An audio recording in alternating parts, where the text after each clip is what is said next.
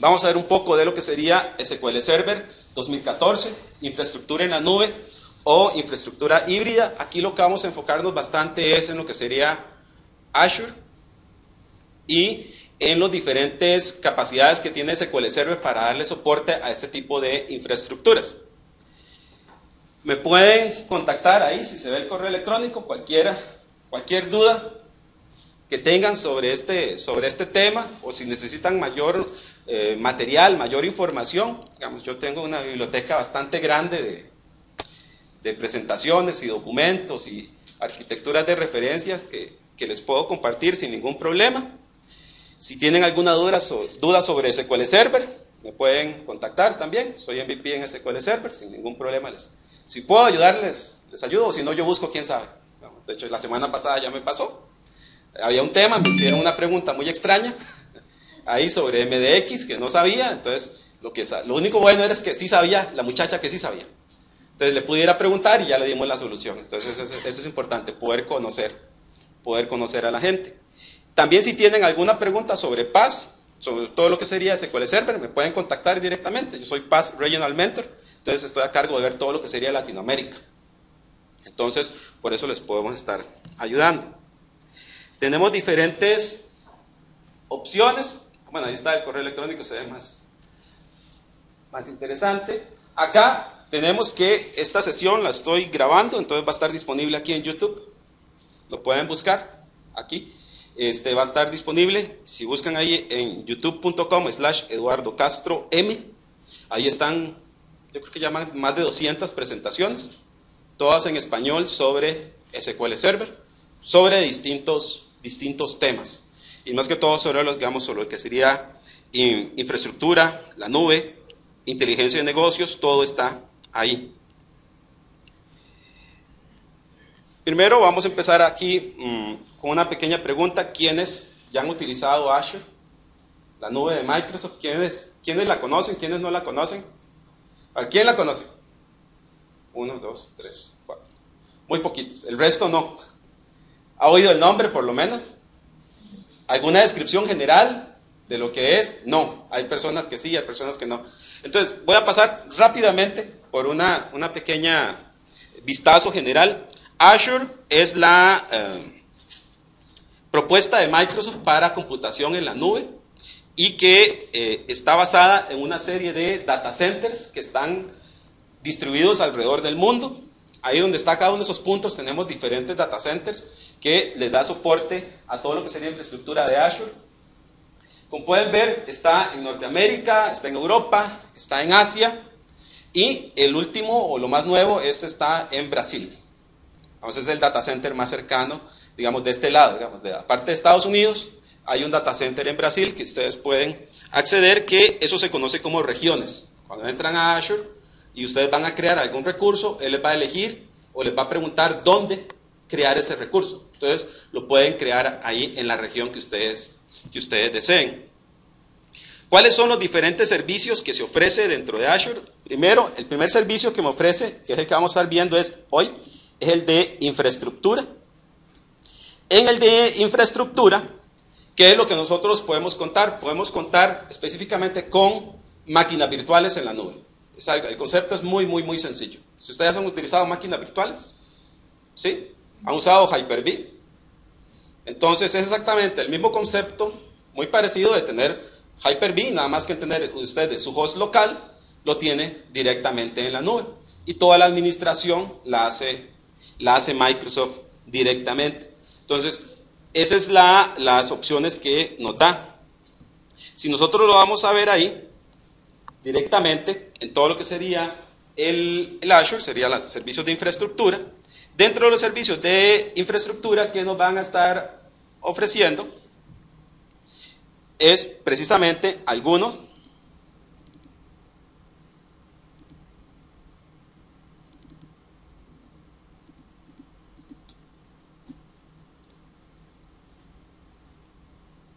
como este que está acá, que es, por ejemplo, tener un SharePoint directamente en la nube, o tener un controlador de dominio, o tener un SQL Server directamente en la nube.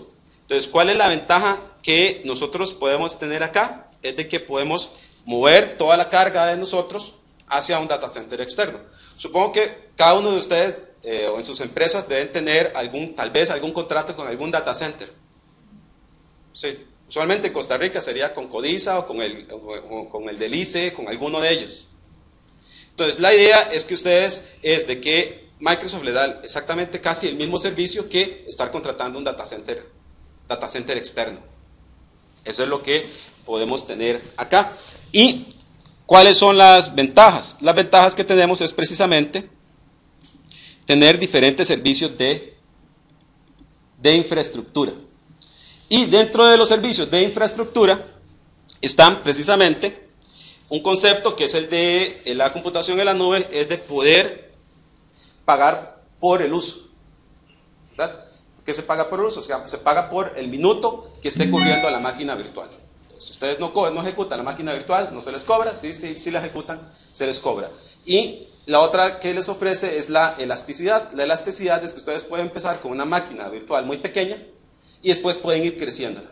Por ejemplo, pueden iniciar con un core, con 1 giga de RAM para probar, pero si no, pueden llegar hasta lo que se está ofreciendo en este momento, que sería 16 cores con 128 gigas en RAM. Eso es lo que se está ejecutando ahora, la máquina virtual más grande que pueden correr en Azure. La ventaja que tiene es que pueden estar moviéndose entre cada una de ellas. En cuanto a lo que serían los discos pueden tener hasta 16 terabytes de información. Cada máquina virtual puede estar asociada, entonces van a poder estar haciéndolo ahí sin ningún problema. Este es un ejemplo de lo que sería el rack, de cómo es que están almacenadas o organizadas esas computadoras dentro del rack. Vean que tenemos diferentes máquinas físicas, cada una de ellas. Esto es conocido como un rack de alta disponibilidad, porque tenemos ahí redundancia entre ellos. ¿Qué es lo que va a pasar? Cada vez que ustedes tienen o suben una máquina a Azure, cada disco está replicado, que eso es algo importante. Por ejemplo, ustedes generan una máquina virtual y tiene discos, ¿cierto? Entonces, esos discos se replican 3 veces. Entonces, en caso de que falle este rack que estaba mostrando acá, recuerdan que su máquina virtual estaba alojada en alguno de estos discos, está replicado en otros 3 racks distintos. Entonces, de forma tal de que si falla ¿qué va a pasar? Si hace el despliegue automático del siguiente. Digamos que es una de las opciones que uno tiene ahora en alta disponibilidad, y hay hasta 3 copias, o sea, los datos no se van a perder. Lo otro, ahora sí ya entrando un poco más en tema aquí con las infraestructuras de alta disponibilidad e híbridas, es de que ahora se tiene la posibilidad de que ustedes pueden tener georreplicación. Por default está encendida ahora en esta nueva versión, y la georreplicación significa que ustedes crean la máquina virtual en el data center que está en Estados Unidos, en el West, está en el oeste. Entonces, ¿qué es lo que van a estar haciendo? Usted le puede decir georreplicación en Asia o georreplicación en Brasil, de forma tal que si se cae la máquina, el rack que está en Estados Unidos, ¿qué va a pasar? Tengo 3 copias todavía en ese rack, en ese data center. Entonces podría sobrevivir cualquiera de las otras 3 copias. Si por alguna razón hay una inundación, ¿qué es lo que va a pasar? Todo el data center se va offline, entonces automáticamente pasan los recursos a Brasil. Eso es lo que va a pasar. Si ustedes utilizan, y también hay un servicio de múltiple replicación, ¿qué pasa si llegaron a Brasil y hubo un maremoto en Brasil? Ustedes podían haber tenido otro en Asia o en Europa, en el centro de Europa, donde no va a llegar el mar. O sea, todo se puede hacer así de forma automática. Pueden tener georreplicación hasta 4 data centers. ¿Pero eso es un servicio separado? Es un servicio separado. Sí. Todo está asociado con alguna tarifa, ¿verdad? ¿Y la sincronización de los datos? Es automática. O sea, Microsoft hace todo lo que sería la sincronización de los datos. Dentro del mismo data center sería sincronización síncrona. En diferentes data centers o regiones es asíncrona. Entonces, en el caso de desastre, que no hubo un failover manejado, ¿verdad? podría haber alguna pérdida de datos, digamos, cuando es asíncrona, ¿verdad? Pero no se pierde todo, digamos. Eso es estas opciones es muy útil. No sé si ustedes recuerdan que en Estados Unidos se dio ahora el caso de las inundaciones. Sí, ¿recuerdan?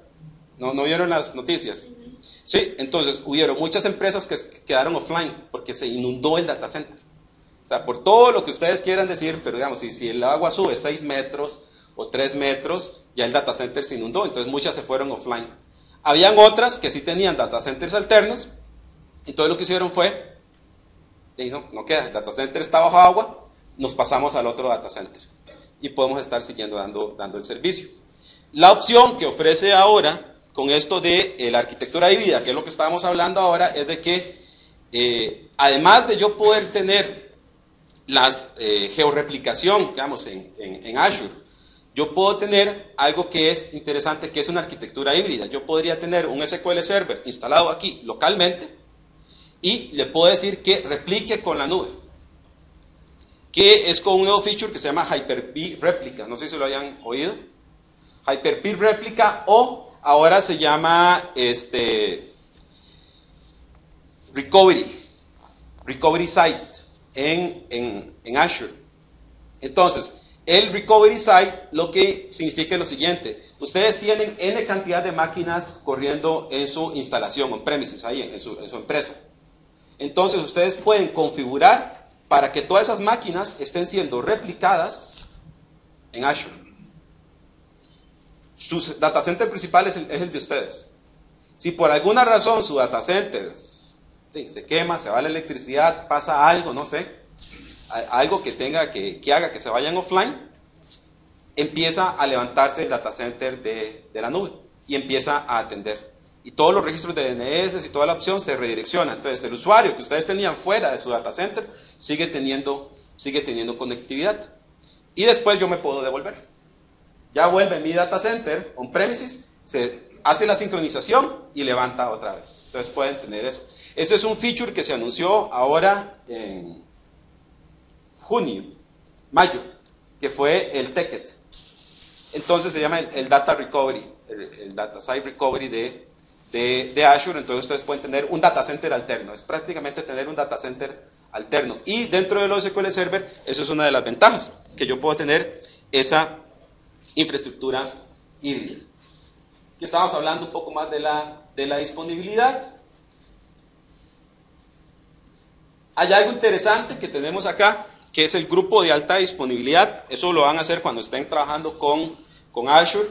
En el grupo de alta disponibilidad es que ustedes pueden decir, voy a crear una máquina virtual y voy a crear un grupo de alta disponibilidad dentro de mi configuración de Azure. Entonces, ustedes ponen todas sus máquinas virtuales. Vean que ahí están las dos máquinas virtuales corriendo en el mismo rack, ¿cierto? Pero están en el mismo grupo de alta disponibilidad con diferentes copias. Cada una de ellas está replicado en otros racks. Entonces, el grupo de alta disponibilidad lo que me dice es de que yo quiero que esas máquinas que están ahí estén disponibles. ¿Qué es lo que va a significar esto? Lo que va a significar es de que cuando se le tenga que dar servicio a este rack, lo que va a hacer él es, primero, apagar unas máquinas y asegurarse que quedan las otras dos corriendo en otros dos racks. ¿Por qué? Porque es lo peor que podría pasar en un ambiente de hosting de Hyper-V. Que todas las máquinas están en el mismo rack y ustedes le instalan un parche a Windows y hay que reiniciar el servidor. ¿Qué pasó con todas sus máquinas virtuales? Van para abajo. ¿Qué pasó con su servicio? Va para abajo. Entonces la idea del grupo de alta disponibilidad es que asegurar que esas máquinas van a estar arriba. Entonces lo que me va a permitir es, precisamente, vengo y empiezo a darle servicio a mi servidor de este rack. Cuando voy a reiniciarlo, entonces ¿qué es lo que hago? Paso el servicio a otro rack. Ese movimiento de pasar a otro servicio a ese rack es automático. El usuario no se da cuenta. O ustedes no se dan cuenta. Que es una de las ventajas que se tiene en este tipo de configuraciones.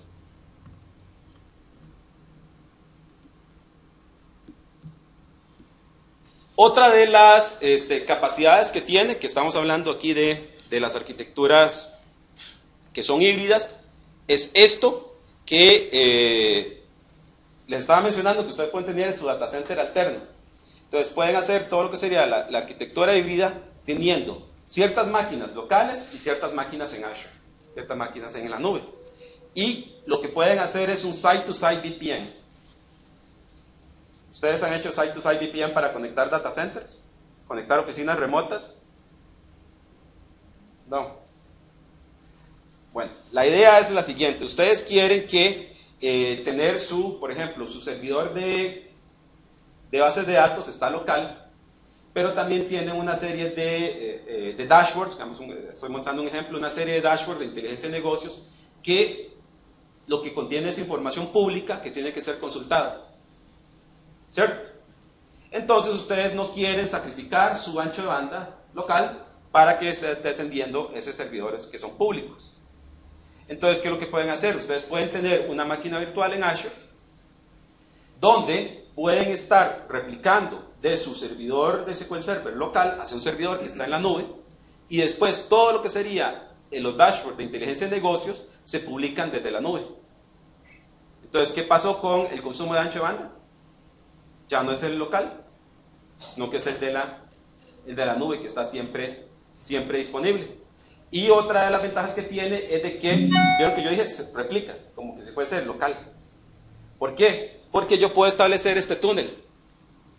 Yo tengo aquí todas mis máquinas virtuales o mi infraestructura local.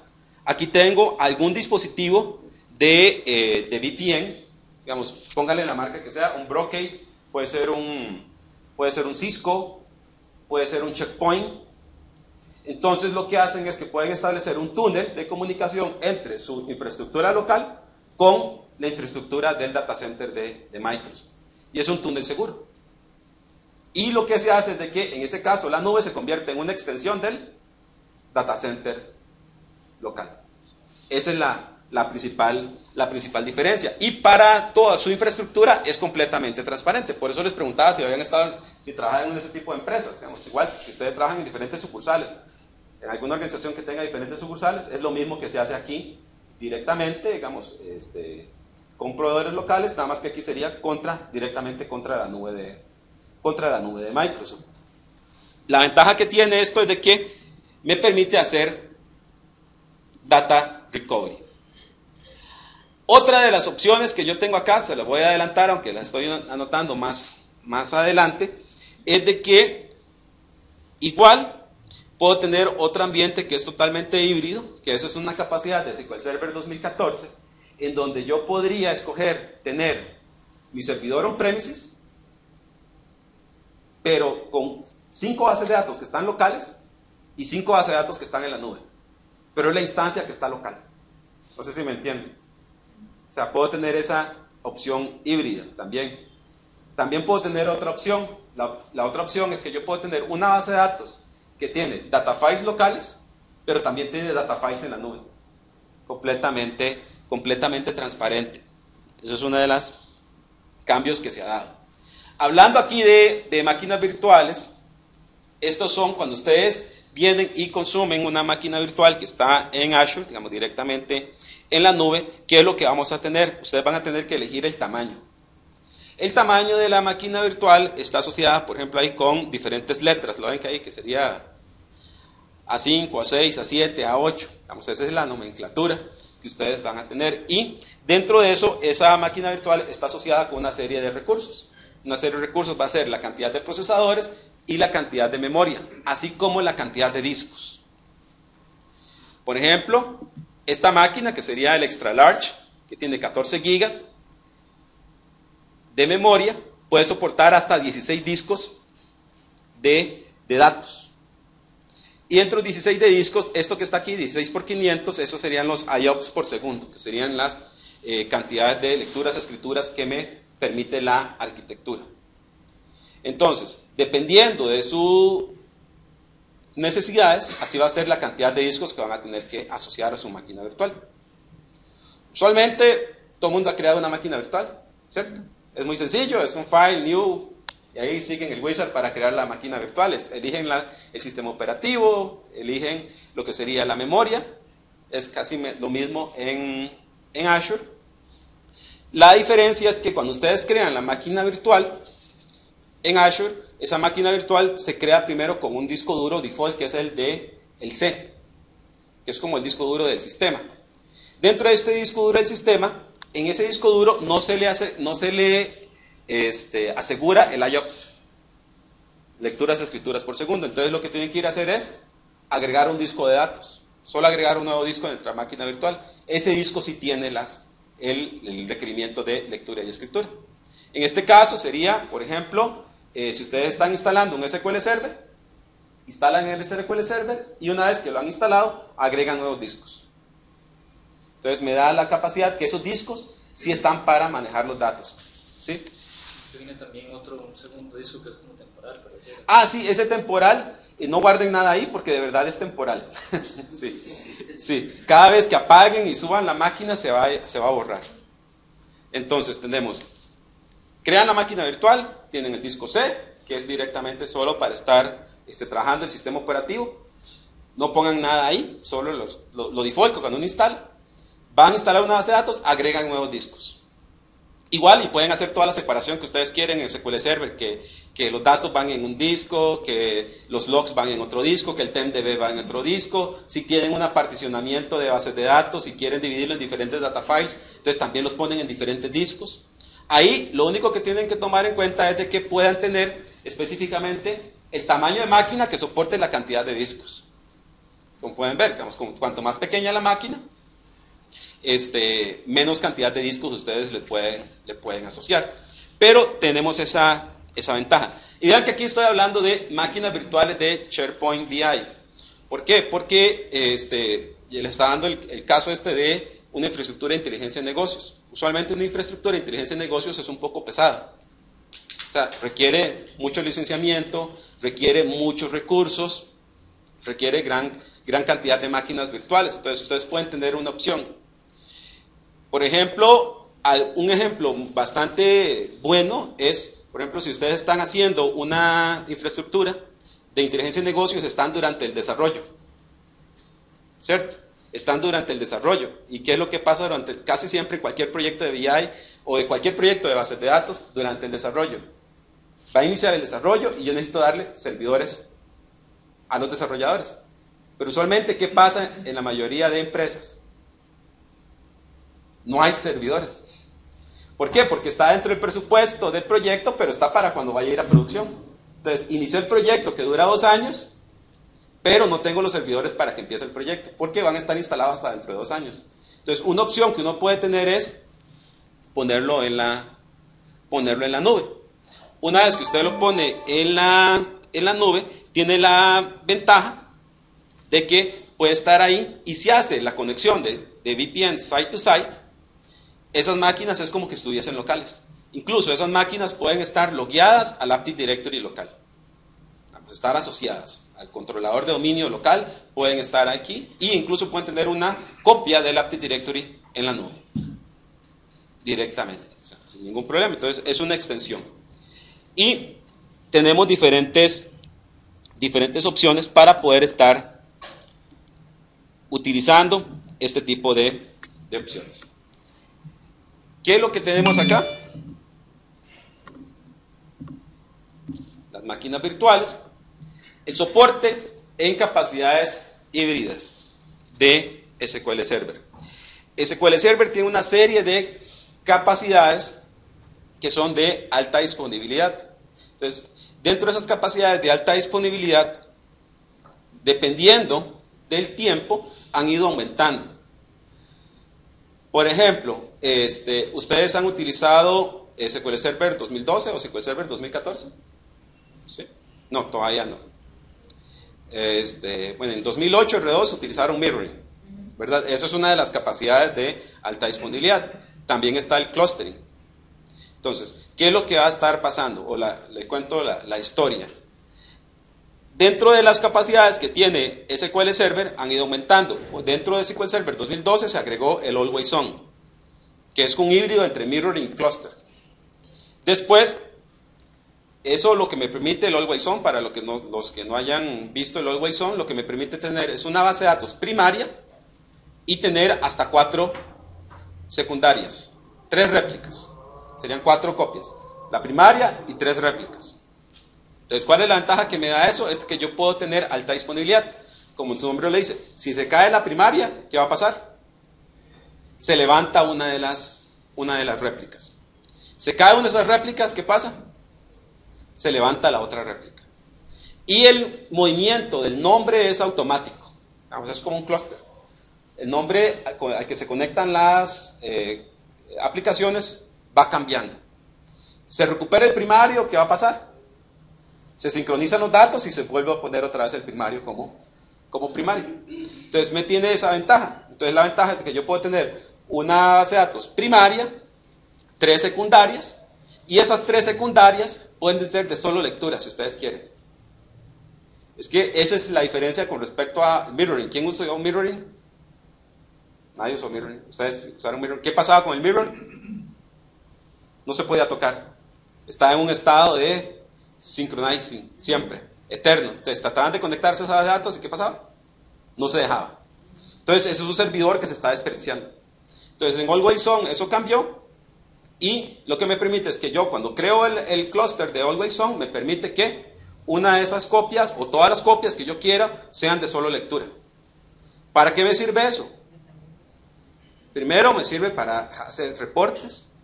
Me sirve para poder, si yo estoy alimentando un data warehouse del transaccional, entonces en lugar de estar leyendo el transaccional que lea de la copia, esa copia de Always On es síncrona.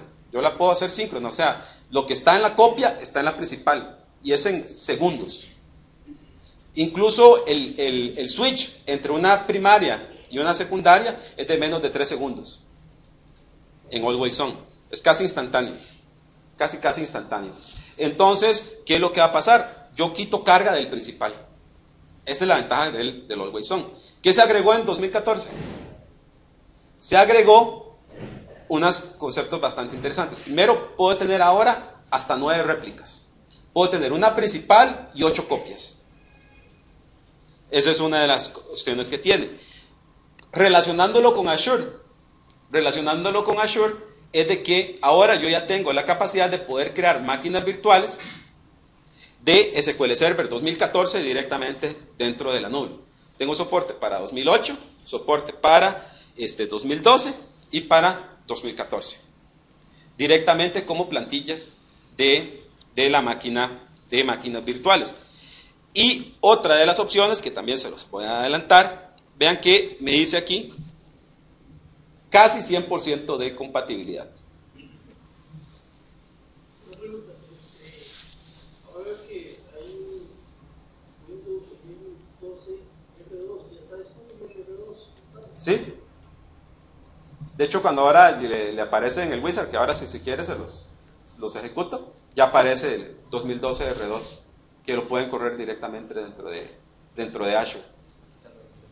Sí, ya va para afuera 2008.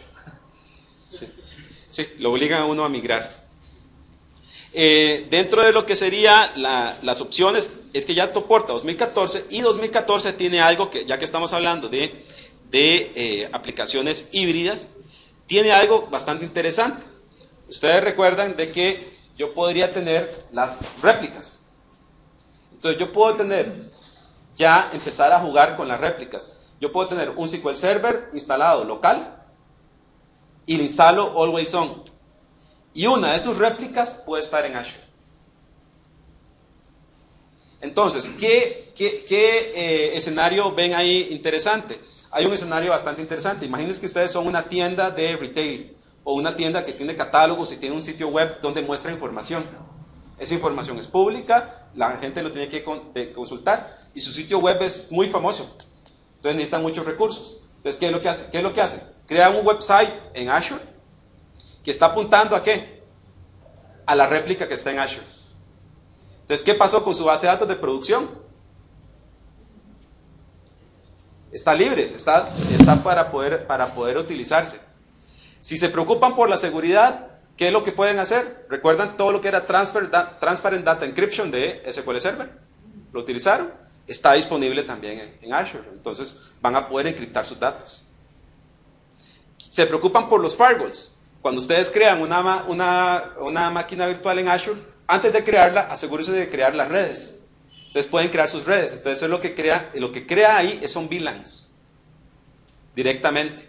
Entonces, no hay mezcla de tráficos. Ustedes tienen VLANs en sus trabajos para separar el tráfico, entonces yo puedo separar el tráfico entre una de ellas. De hecho, un feature que van a agregar dentro de Azure, dentro de más o menos 1 o 2 meses, es de que, además de los VLANs, que pueden aislar las máquinas virtuales que están ahí, van a poder agregar reglas de ACLs. Para, igual como hacen con los firewalls, que dice, este puerto pasa a esta VLAN o esta no pasa a esta otra VLAN, lo van a poder hacer directamente dentro de Azure. Entonces es una infraestructura que ya puedo administrar. Otra de las ventajas que tiene, hablando de infraestructuras que son híbridas, es la capacidad que se le agregó, que es de que en SQL Server 2014, también yo puedo decirle, crea un backup, un respaldo de mi base de datos, pero que lo haga directamente en la nube. ¿Cuál es la ventaja que tiene eso? Bueno, el primer respaldo, dependiendo de su base de datos, puede ser muy grande, ¿verdad? Pero no importa, ustedes pueden subir un respaldo local y lo pueden subir a la nube con un CSA Blob, es con PowerShell. Uno sube el backup. Si les preocupa la seguridad, recuerdan que el backup se puede encriptar también, ¿eh? Con certificados digitales se puede subir el backup encriptado. Después, ¿qué es lo que va a pasar? Los siguientes backups los pueden ir haciendo directamente en la nube, ya, los diferenciales. ¿Cuál es la ventaja de eso? La ventaja de eso es el storage. El storage en Azure es muy barato. Es $0,001 por giga. Entonces pueden tener teras de información que no sale tan caro. Mucho más barato que tenerlos aquí locales. Si es para disaster recovery, digamos, si es un ambiente de disaster recovery, ustedes podrían decir, es que yo no quiero tener mi base de datos en línea, ya en la nube, porque me da miedo.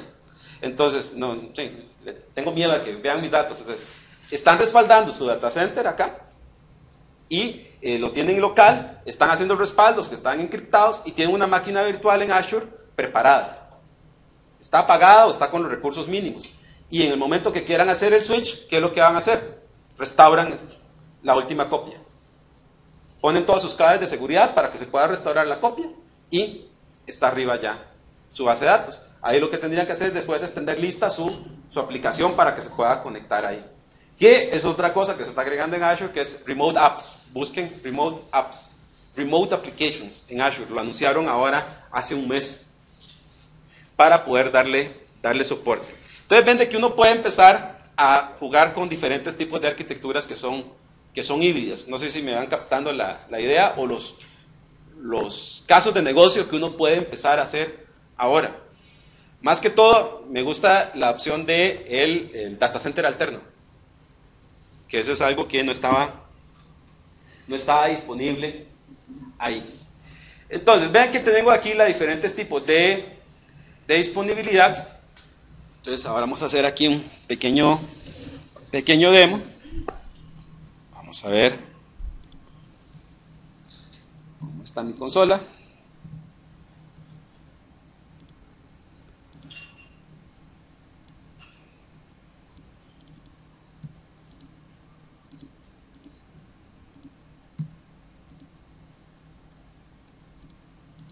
Para aquellos que no han utilizado Azure, esta es la consola de Azure, el portal principal.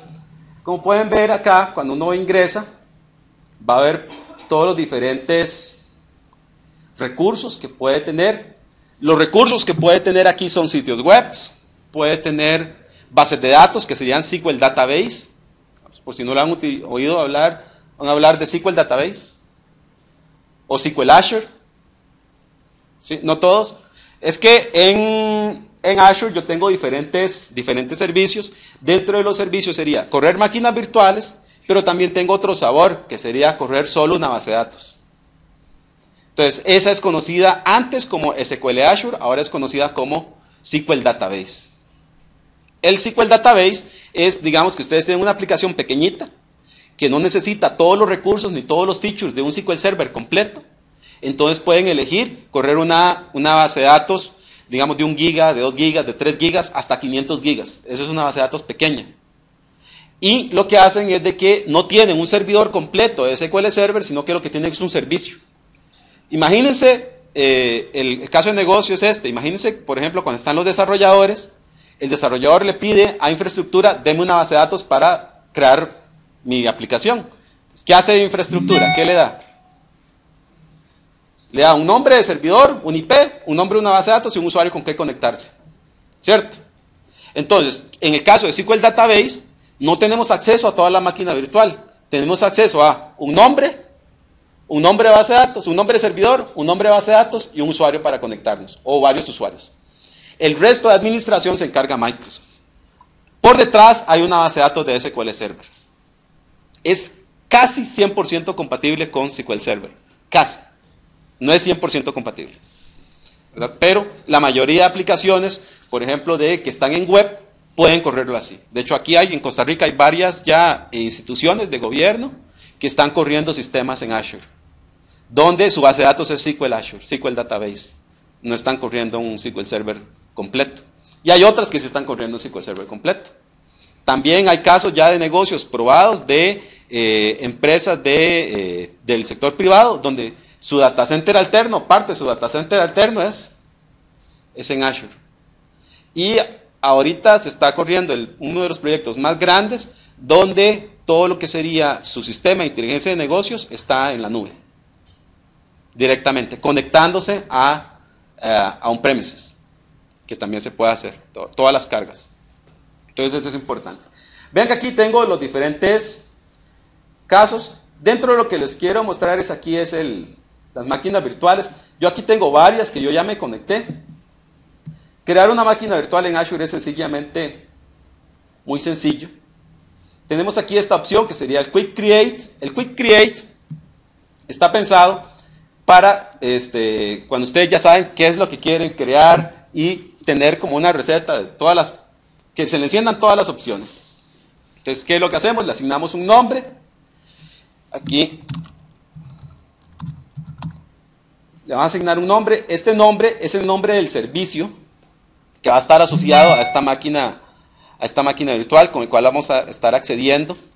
Ese servicio puede ser también asegurado por firewall. No es de que cualquiera se puede conectar a esa máquina virtual, sino que uno elige desde qué IPs uno se puede conectar a esa, por aquello de la seguridad.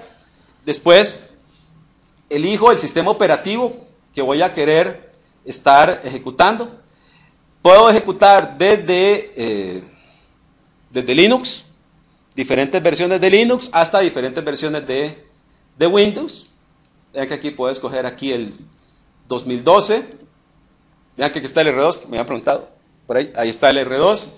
Después aquí está el tamaño de las máquinas virtuales. Asociados al tamaño está el precio. Aquí está, se ve un poquito mejor. Vean que tengo diferentes opciones. Ahí ustedes pueden ya elegir cuál sería el sizing de cada una de sus bases de datos que van a necesitar. Digamos que estamos creando un SQL Server. Aquí vean que aparecen dos opciones, que son Service Tiers. No los hayan visto, supongo. ¿Qué es lo que hace esto? Tengo dos, que sería el Basic y el Standard. El Basic lo que me ofrece es alta disponibilidad dentro del mismo rack para la máquina virtual. El Standard lo que me ofrece es alta disponibilidad con 3 copias en diferentes racks. Esa es la diferencia. ¿Por qué es que se agregó estos otros niveles? Porque Microsoft tenía al inicio solo, digamos que el estándar. Entonces, por estándar, todas las máquinas estaban duplicadas, todo estaba respaldado. Pero hay casos de negocio donde yo no necesito tanta disponibilidad. ¿Cuál se les ocurre? Desarrollo y pruebas, ¿verdad? Yo no necesito que esté siempre eso disponible, digamos. Entonces, ¿qué es lo que pasa? Microsoft sacó la nueva versión, que sería el Basic, que me ofrece, y lo que hizo fue cortar el precio a la mitad. O sea, no es que aumentaron el precio, sino que disminuyeron el precio.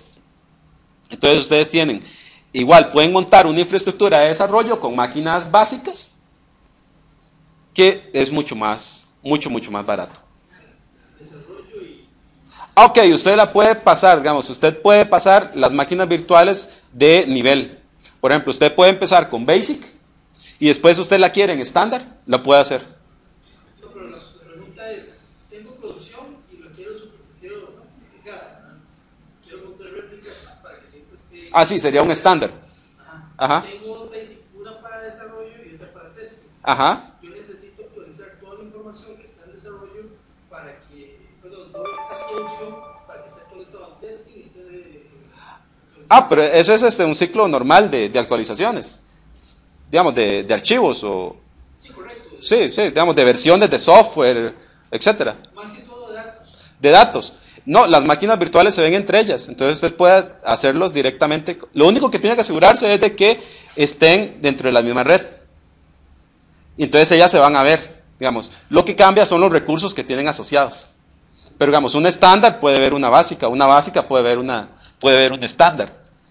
Algo que pasaba hasta hace poco es de que cuando yo creaba una red y las creaba en una región, que sería en la región de Estados Unidos, en el oeste, las máquinas virtuales quedaban en esa red y se podían ver entre ellas, sin importar el nivel. Pero después yo venía y creaba otra máquina virtual en otra región, por ejemplo en Japón, creaba otra red, ¿y qué es lo que pasaba con esa otra red? No se veían. Eso fue hasta antes de mayo. A partir del mayo, que fue el TECET, se anunció la disponibilidad de site-to-site entre regiones. Entonces, usted puede tener una máquina virtual que está en Estados Unidos en una subred y puede tener una máquina virtual que está en Japón en otra subred y puede crear un site-to-site VPN entre sus VLANs directamente. Entonces, lo puede hacer. Entonces, ya hace una red corporativa. Ahí lo que entra en juego ya serían los delays, digamos, que ahí sí ya no se lo puede brincar, digamos. Pasar desde todo el océano por un satélite, ¿verdad? Desde Estados Unidos hasta Japón va a haber algún delay. Pero lo va a poder hacer, hay conectividad ya. Antes no se podía, ahora ya es un servicio que se puede. Entonces ve que ya tenemos un poquito más de infraestructura. Por ejemplo, ya entra aquí en juego poder tener, si ustedes son una corporación, poder tener algo interesante, la base de datos principal en Estados Unidos, con réplicas alrededor del mundo, en diferentes data centers de Azure, que es otra arquitectura que también se puede hacer. Antes no la podíamos hacer, ahora sí. Entonces es una de las ventajas que tiene. Otra de las ventajas que tiene es, por ejemplo, si ustedes tienen diferentes oficinas. No sé si aquí ya estoy hablando de diferentes oficinas. Si ustedes son una empresa que está distribuida alrededor del mundo o está distribuida alrededor de un país y cada una de esas oficinas necesitan conectarse a la nube. Entonces, yo les había dicho que se podía hacer un site-to-site VPN, ¿cierto? Antes de junio, ¿qué es lo que pasaba? Solo podía crear un site-to-site VPN. Digamos, desde una localización local hacia la nube, un site-to-site VPN. Ahora eso ya se cambió, ahora puedo hacer hasta 10 site-to-site VPN hacia la misma red virtual de Azure. Entonces puedo tener 10 localizaciones físicas separadas con túneles hacia la nube. Si se quieren más, solo llaman a soporte y les abren más. Entonces pueden tener toda su corporación conectada. Y si ustedes trabajan en una multinacional y da la casualidad de que esa multinacional tiene oficinas en Estados Unidos, existe ahora la capacidad de utilizar algo que se llama Express Route. Express Route es algo tan sencillo como poder tener la capacidad de enviar una fibra desde la oficina del cliente directa hacia el data center de Microsoft. Entonces ya tienen una fibra directamente. Entonces le da mucho más velocidad y no pasa por la red pública. Es un enlace dedicado. Hasta el momento está disponible en Estados Unidos. Y, si no me equivoco, en un data center de Europa. Está disponible ese Express Route. Por si trabajan en una multinacional y están considerando eso, pueden utilizarlo. Entonces es un túnel directo hacia todo lo que sería el data center de Microsoft. Y entonces el data center de Microsoft se vuelve una extensión de su data center. Se vuelve así. Hasta las redes se hablan entre ellos y ya es como que estuviese aquí. Un pequeño colocation sería. Ya entramos aquí en un concepto de data centers que era como un colocation. en un data center externo, nada más que yo lo administro completamente. Entonces esa es una de las opciones. Ustedes ven aquí que yo vengo acá y selecciono cada una de las máquinas. Aquí tengo que seleccionar aquí un usuario, una contraseña. No se preocupen, estas usuarios y contraseñas es... Ops, siempre me pasa.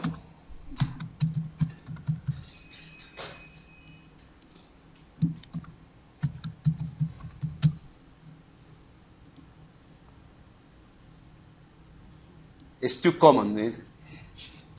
¿Ves? Están todas las validaciones.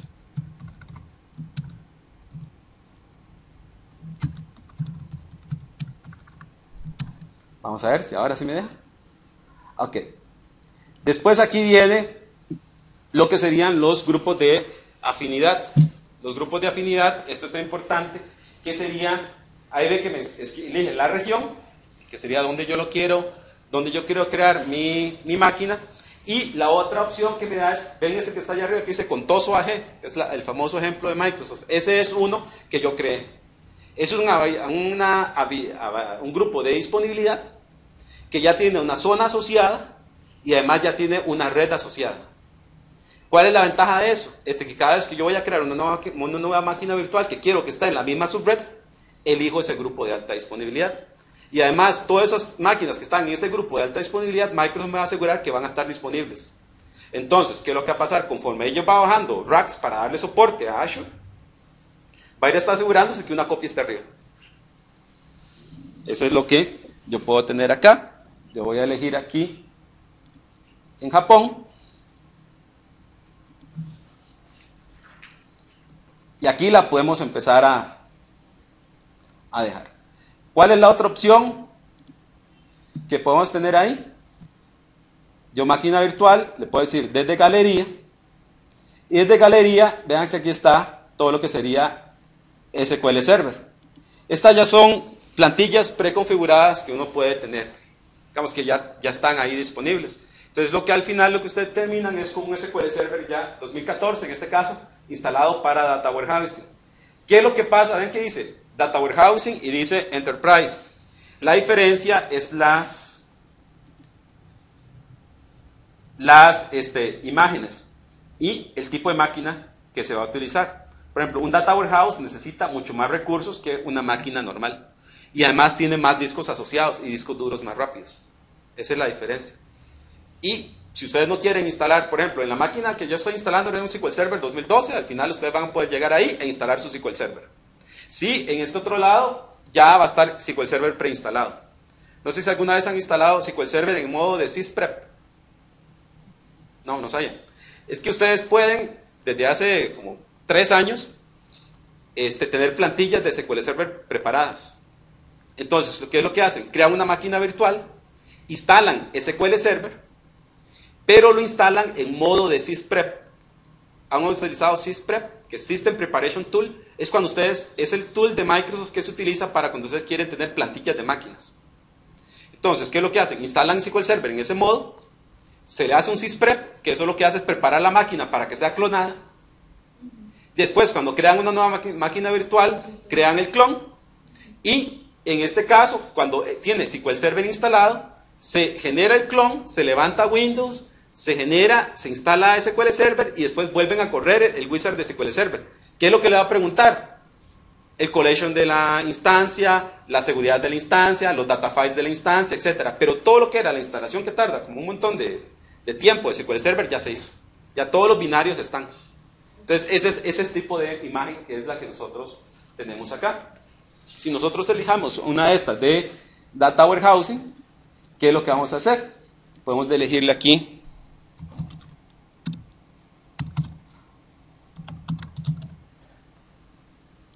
la máquina, podemos elegir aquí, ven que él ya me recomienda una arquitectura, yo escogí Data Warehousing, ¿cierto? Él me va a recomendar aquí que yo necesitaría 8 cores con 56 gigas en RAM. Voy a bajarlo porque no me van a cobrar mucho. ¿Sí?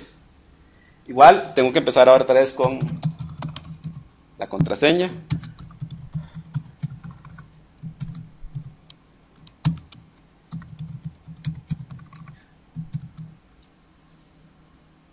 Le digo siguiente. Acá, vean que está, que me permite crear un nuevo cloud service, pero yo podría decir aquí, no, que quiero utilice uno que ya esté. Dentro de esto, vean que yo tengo 2 subredes, y también le voy a decir que me lo almacene en un data storage que yo ya he creado dentro de la nube. ¿Ven? Le estoy asociando los recursos, le estoy asociando la red, y además, dónde quiero que la guarde. Todo eso yo lo había creado previamente. Te digo aquí, lo siguiente. Algo nuevo que está en Azure, adivinen, desde hace un mes, es la capacidad de poder tener antivirus directamente entre las máquinas virtuales. Antes, cuando usted instalaba una máquina virtual en Azure, por default, iba sin antivirus. Usted tenía que encargarse de instalar el antivirus. Ahora le puedo instalar algún tipo de antivirus, que esos son los 3 que están ahí en este momento disponibles. Si no, y si el que utilizan es uno que no está acá, entonces van a tener que instalarlo ustedes después previamente. Sí. Hay que la licencia. Dentro de lo que sería la parte de licenciamiento en Azure, tengo diferentes opciones. Ustedes vieron, si yo creo la máquina virtual de 2012 y yo voy a instalar mi SQL Server, entonces, y yo instalo SQL Server ahí, yo tengo que tener la licencia de SQL Server. Existe lo que se llama un concepto de movilidad de licencias. Por ejemplo, si yo ya compré SQL Server para on-premises, yo puedo mover esa licencia y empezar a utilizarla en la nube. O sea, ya es legal. Si no quiero utilizar la licencia que yo tengo o no tengo ninguna licencia, yo puedo utilizar una máquina que ya tiene preinstalado SQL Server, como la que estoy instalando. En ese caso, el fee de la máquina aumenta un poquito. ¿Por qué? Porque me están rentando la licencia. Sí, todo, así es. Todo aquí es como los doctores. El diagnóstico es uno, si ya después, si tenía dolor de garganta es un medicamento, si tenía congestionamiento es otro medicamento, si le lloran los ojos es otro medicamento, usted va a la farmacia, así le cobran. O sea, aquí es exactamente. Y pasa igual con cualquier proveedor de la nube, con cualquiera. Cualquiera de los proveedores, ya sea Amazon, que es el competidor directo, o cualquiera de los otros, Oracle, que también tiene su nube, ellos le cobran por cada una de las opciones. Ahí la diferencia es cuánto me cobra cada uno y los servicios que me da. En el caso de Microsoft, conforme ha pasado el tiempo, se ha ido agregando más servicios y ha ido bajando los precios. No sé si, bueno, usted que aquí tenemos un participante que ha estado utilizando Azure desde hace rato, ha visto cómo ha ido cambiando la tecnología. También yo he estado en proyectos desde la primera versión de Azure hasta ahora y ha ido cambiando bastante. Hay un fenómeno que se dio hace un poco, que era de que Amazon tenía unos precios y los bajó. Ahí le quiso Microsoft, los bajó más abajo que Amazon. Sí. Para que no se le vayan los clientes y para obtener más clientes. Entonces, eso es una guerra de precios. La ventaja es cuando hay libre mercado y competencia y todo eso, entonces es una ventaja. ¿Sí? A uno ya tiene dónde escoger y ellos van bajando los precios para que uno pueda tener. ¿Existe competencia y disponibilidad por si quiero pasar de un lado a otro? Ok, ¿qué es lo que va a pasar? Azure me ofrece una ventaja de que, digamos, si usted tiene un servicio, por ejemplo, aquí de máquina virtual, usted puede tomar el VHD, que es el disco duro de la máquina virtual, y bajarlo directamente. Es igual con PowerShell, se baja. Entonces, digamos, usted dice, mira, yo tenía esa máquina de SQL Server, ve esas todas las máquinas que yo tengo ahí corriendo, tengo todas esas máquinas de SQL Server. Y digo, no, me aburrí de Azure, ya no tengo dinero, se me acabó el presupuesto, tengo que ponerlo a correr aquí localmente. ¿Qué es lo que va a hacer? Bueno, se conecta a Azure, tiene una buena conexión a internet, eso sí, ¿verdad? Y empieza a bajar todos los discos duros. Puede bajar todos los discos duros. Digamos, yo he bajado como 250 gigas y he tardado como 6 horas. Y he tomado esa máquina virtual y la subo en un Hyper-V y sube. O sea, no hay ningún problema, ¿no? O sea, puedo seguirla. Y viceversa. Yo puedo tener una máquina virtual, que es el otro tema que hice, fue que tomé una máquina virtual que ya tenía yo con BI, que por ahí se debe ver, que es una máquina virtual de Business Intelligence, que tenía aquí local, la subí a la nube. Ahí tardó como 3 horas y media más o menos en subir toda la máquina a la nube. La subí y levantó. Si en el caso de que ustedes después quieran bajarse de Microsoft, lo pueden correr local. Ya como está en VHD, pueden pasarse a cualquier otro proveedor de la nube, digamos. Pueden hacer una conversión. Amazon importa VHDs también. Digamos, por aquello, pero no es recomendable. Pero ya que está hablando de competencia, sí, ustedes podrían bajar todas sus máquinas virtuales y después subirlas a Amazon. O subirlas a cualquier otro proveedor de la nube. Los datos son suyos. Igual pasa con todo lo que serían las aplicaciones. Recuerda que yo les estaba diciendo que hablo de aplicaciones. Entonces, las aplicaciones que están en Visual Studio, en realidad eso es un paquete. Entonces, usted ya tiene el código fuente. Entonces lo puede pasar de un lado al otro sin ningún problema. Ahora que mencionó ese otro escenario, que era la parte de que yo tengo producción, tengo desarrollo, etcétera, existe también algo que es nuevo en Azure también, que se llama el Continuous Deploy, o el Deployment Continuo. ¿Qué quiere decir? Que usted puede estar utilizando todo lo que sería el desarrollo local con Visual Studio, su Team Foundation Server puede estar en la nube, que sería Visual Studio Online, y ese Visual Studio Online usted puede programar un workflow que diga, cada vez que se haga una compilación exitosa, que pasó todas las pruebas, se hace deployment en un ambiente de pruebas, pasó ese deployment y existen todas las pruebas, se hace deployment en un ambiente de calidad, pasó todas las pruebas de calidad, se hace un deployment en producción. Directamente. Y son 3 ambientes de desarrollo que yo puedo tener en la nube. Pruebas, calidad y producción. Directamente conectado. Y ustedes me dicen, es que a mí no me gusta Team Foundation Server.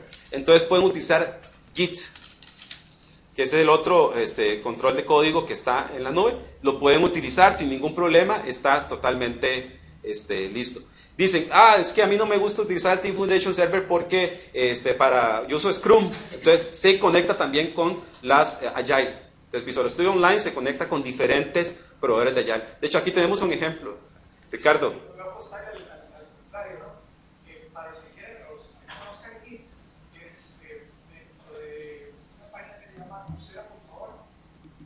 Sí, algo que hay que resaltar, digamos, de Microsoft, ya que hablan de competencia y la nube, es que ya está bastante abierto. Digamos, todo lo que es la parte de Visual Studio se comunica con diferentes opciones de open source, sin ningún problema. Igual con la nube, se puede subir o bajar de la nube directamente, sin ningún problema. Y esas son las ventajas que tiene. Entonces, casi que lo que yo puedo tener acá, solo voy a hacer aquí, solo les voy a mostrar acá un demo. Estas son unas máquinas virtuales que yo ya tengo aquí corriendo.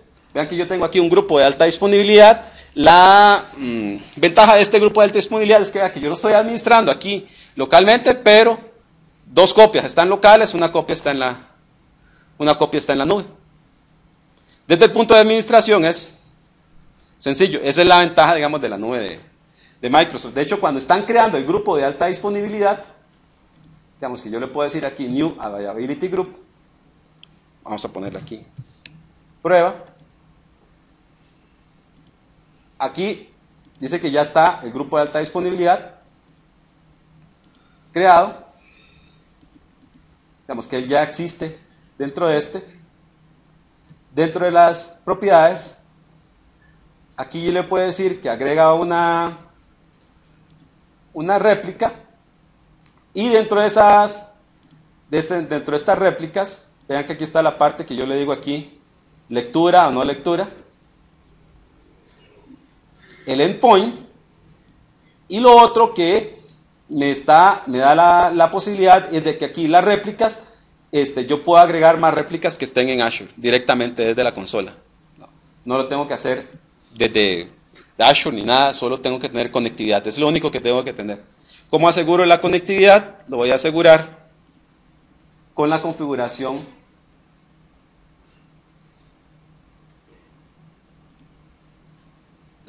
de las redes, que esa era la red que yo había creado acá. Si quieren trabajar un poco con la recuperación de alta disponibilidad, sería aquí con los Recovery Services, que yo lo puedo tener ahí.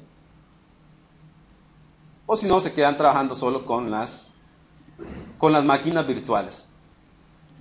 Digamos que ven que ahí están corriendo. Entonces ven que tengo diferentes opciones para poder estar trabajando con ambientes que son híbridos. Hay algo que se va a agregar dentro de Azure, que sería precisamente la capacidad de poder tener clúster en la nube también. SQL Server Clustering, recuerdan el que podía tener aquí localmente, que es con una SAN, etcétera, también va a estar disponible en Azure, que es una de las nuevas opciones que tengo. Aquí hay algunos casos de arquitecturas, por ejemplo, de diferentes fabricantes, donde yo tengo aquí un Availability Group que está disponible, digamos aquí el primario y secundario, todo está en la nube. También puedo tener ejemplo, digamos, de empresa de viajes, que yo tengo aquí algunas opciones locales. Vean que yo tengo aquí primaria y secundaria local, y tengo aquí una secundaria que está directamente en la nube. También tengo acá, al revés, tengo primaria y secundaria en la nube y una secundaria on-premises. Puedo hacer todas las diferentes combinaciones que yo puedo tener. También aquí está, primaria, secundaria en la nube, secundaria acá, y también podría tener primaria, secundaria en una región con secundarias en diferentes regiones. Entonces tengo diferentes opciones para poder estar utilizando cada uno de esos casos de bases de datos híbridas, y además de ambientes híbridos directamente dentro de la nube. Si vemos acá,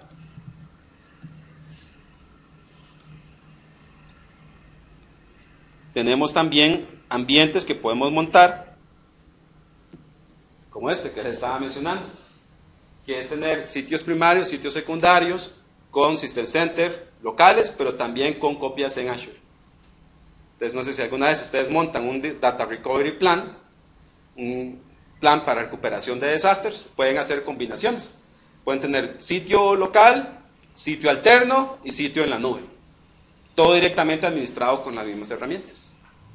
Están conectados. La ventaja es que System Center puede ver las máquinas que están en Azure como que si fuesen máquinas locales y las puede administrar. O sea, ese es el tipo de integración que yo puedo lograr.